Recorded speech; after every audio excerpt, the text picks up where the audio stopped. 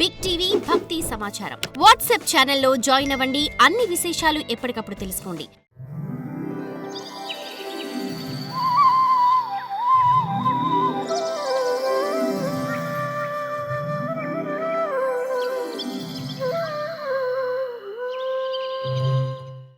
ఓ మహర్షి,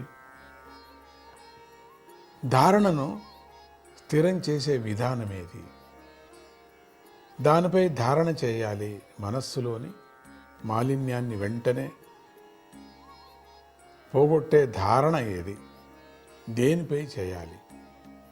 దానిపై చేయాలా, దేనిపై చేయాలి అనేది అని అడిగాడు. మాలిన్యాన్ని వెంటనే పోగొట్టే ధారణ ఏది అని అర్థం. అప్పుడు శ్రీ సుఖమహర్షి ఆ ప్రశ్నకి ఇలా సమాధానాన్ని చెప్పాడు. జితాసనో జితశ్వాసో జితసంగో జితేంద్రియః స్థూలే భగవతో రూపే మనస్సంధారయే ధియా. సాధకుడు అభ్యాసంతో ఆసనాన్ని జయించాలి. చాలామంది ఒక్కచోట కూర్చోలేరు, పద్మాసనం ఇంకా వేసుకొనేలేరు. పోని నీకు సులభమైనటువంటి ఆసనంలో చాలాసేపు కూర్చోలేవు కూడా. మనం అనుకుంటే ఏదో సుఖాసనం బాగుంటుంది అని, ఆ బాగుండేది కూడా దాంట్లో ఎక్కువసేపు కూర్చోలేము. మాటికి చేంజ్ చేసుకుంటూనే ఉంటాం. లేక కాళ్ళను వస్తుంది, లేక నడుమును వస్తుంది. ఈ ఆసనం చేయటానికి మొట్టమొదటిది ఆరోగ్యం కావాలి. ఆరోగ్యంగా ఉన్నప్పుడు, అంటే ఆరోగ్యంగా ఎట్లా ఉంటామంటే నీ విచారాలు, ఆహారాలు, నీ యొక్క విహారాలు ఇవన్నీ కూడా చాలా మితంగా ఉన్నప్పుడు ఆరోగ్యంగా ఉంటాం. అప్పుడు ఏ ఆసనం వేసుకున్నా దాంతో చాలాసేపు కూర్చోవచ్చు కదా. సాధకుడు అభ్యాసంతో ఆసనాన్ని జయించాలి. నారాయణ, ఇది మనం ఎన్ని మాటలు చెప్పుకున్నాం. నారాయణ నారాయణ నారాయణ. జితాసనో జితశ్వాసో జితసంగో జితేంద్రియః స్థూలే భగవతో రూపే మనస్సంధారయే ధియా. ఆసనాన్ని జయించాలి అభ్యాసం చేసి చేసి చేసి చేసి చేసి. అంటే కదలకుండా ఎంతసేపైనా కూర్చోగల స్థితిని సంపాదించాలి మొట్టమొదటిది. అట్లనే కూర్చోవాలి. ప్రాణాయామ అభ్యాసంతో శ్వాసను వశం చేసుకోవాలి. అందుకే మౌన యోగము అని స్వామీజీ ఇప్పుడు కొత్తగా ప్రారంభం చేశారు అన్ని చోట్ల. బయట దేశం వాళ్ళు చాలా ఇష్టపడుతున్నారు. 6 గంటల సేపు ఈ మధ్యలోనే స్విట్జర్లాండ్కి ఒక పర్యం, జర్మనీకి ఒక పర్యం వెళ్ళి ఈ మౌన ధ్యాన యోగం అనేటువంటిది చేసుకొని వచ్చారు. పొద్దున ఒక 3 గంటలు, సాయంత్రం ఒక 4 గంటలు ఇట్లా కదలకోకుండా కూర్చోవటం. ఒక కదలిక కానీ, ఒక దగ్గు కానీ ఏమీ లేదు. ఎట్లా కూర్చున్నారు అట్లనే కూర్చోవటం. కూర్చున్నారు, ఆసన సిద్ధిని పొందారు. మీరు కూడా చేయాల. ఆసన సిద్ధి పొందటానికి కదలకోకుండా గంటలు గంటలు కూర్చోవాలి.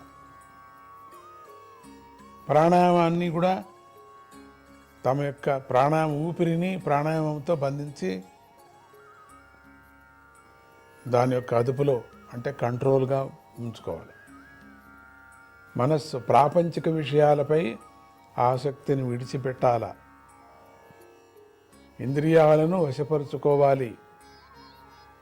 ఆ తర్వాత నిశ్చయ బుద్ధితో మనస్సును భగవంతుని స్థూల రూపంపై చక్కగా నిలపాలి. 3 కాలాల్లోనూ చరాచర సృష్టికి ఆశ్రయమై మన కంటికి కనిపించే ఈ బ్రహ్మాండమే పరమేశ్వరుడి దేహం. ఈ స్థూల దేహము అన్నిటికన్నా పెద్దది. ఇక విరాట్ రూప వర్ణన.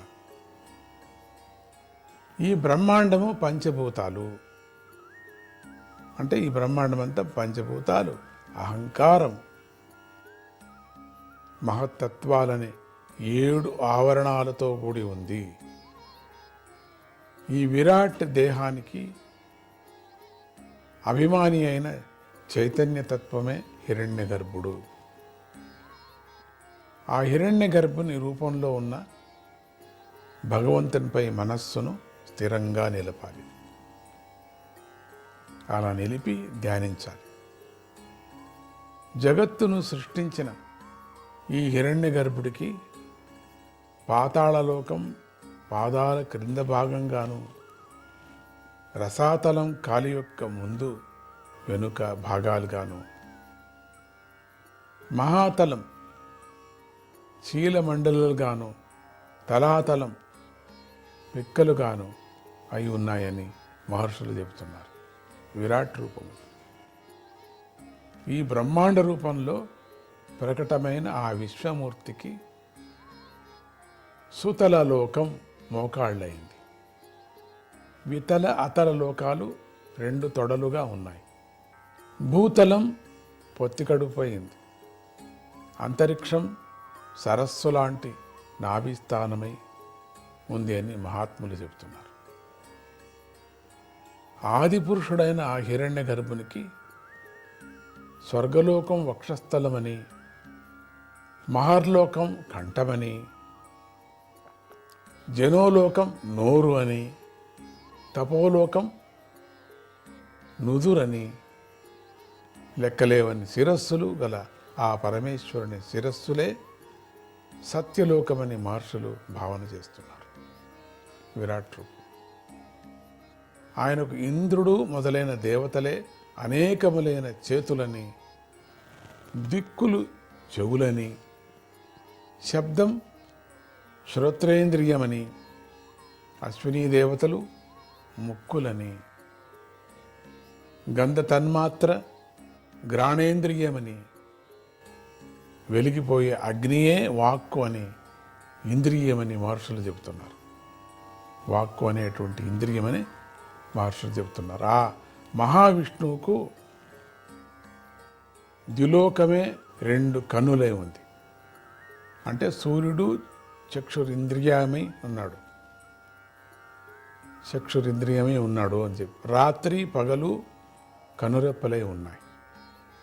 చతుర్ముఖ బ్రహ్మ యొక్క నివాస స్థానం ఆయన కనుబొమ్మల విలాసమై ఉంది. నీరనే మహాభూతం ఆయనకు దవడ అయి ఉంది. రస తన్మాత్ర అనే సూక్ష్మభూతం నాలుకై ఉంది. ఆ అనంత విష్ణువుకు వేదాలే బ్రహ్మరంధ్రాలే ఉన్నాయి. యముడు దంతాలై ఉన్నాడు.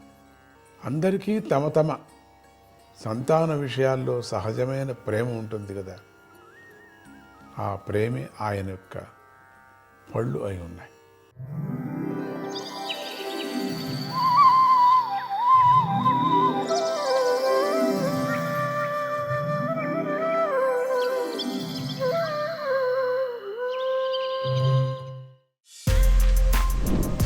For more videos like this, subscribe Big TV channel.